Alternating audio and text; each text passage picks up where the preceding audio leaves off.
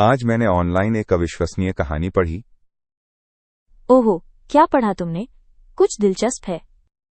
हाँ, दिलचस्प भी और चौंकाने वाला भी। एक आदमी को गूगल क्लाउड से 50,000 यूरो का बिल आया। क्या 50,000 यूरो? वो क्या कर रहा था? वो डेटा साइंस की सेल्फ स्टडी कर रहा था और बिग क्वेरी में टेस्ट एसक्यूएल क्वेरीज चला रहा था। सिर्फ कुछ टेस्ट क्वेरीज के लिए इतना बड़ा बिल? ये तो बहुत ज्यादा है। हाँ, उसने सोलाना के पब्लिक डेटासेट पर बस 17 क्वेरीज चलाई। उसने सोचा था कि महीने का $30 माइनस 50 का खर्च आएगा। और उसे मिला 50,000 यूरो का बिल। उसकी तो हालत खराब हो गई होगी। बिल्कुल, लेकिन शुक्र है गूगल ने बिल का 90% माफ कर दिया। अच्छा, तो कितना बचा अब? फिर भी 5,000 यूरो बचे हैं और गूगल ने उसे 10 दिन में चुकाने को कहा है। ये तो बहुत मुश्किल है एक आम आदमी के लिए। क्या वो किश्तों में नहीं दे सकता? वो किश्तों के लिए बात कर रहा है, पर गूगल कलेक्शन एजेंसी को भेजने की धमकी दे रहा है।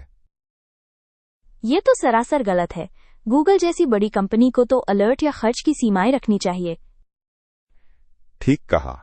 उसने यही चेतावनी दी है कि बिगिनर्स को लागत और बिलिंग की पूरी जानकारी होनी चाहिए।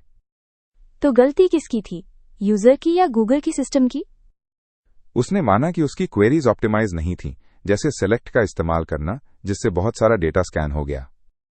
सिलेक्ट का मतलब बहुत सारा डेटा देखना है ना? हाँ, और बड़े डेटा सेट में यह बहुत महंगा पड़ सकता है। गूगल को नए यूजर्स के लिए डिफॉल्ट रूप से कोई सुरक्षित सैंडबॉक्स मोड देना चाहिए। कई कमेंट्स में भी यही बात थी कि गूगल को उपभोक्ता संरक्षण कानूनों का पालन करना चाहिए। मैंने ऐसी और भी कहानियां सुनी हैं। क्लाउड में काम करना तो बहुत जोखिम भरा हो गया है। हाँ, किसी ने बताया कि उनकी कंपनी में भी एक गलत क्वेरी से $5 लाख का बिल आया था। ये तो बड़ा डरावना है। तो इससे बचने का कोई तरीका है?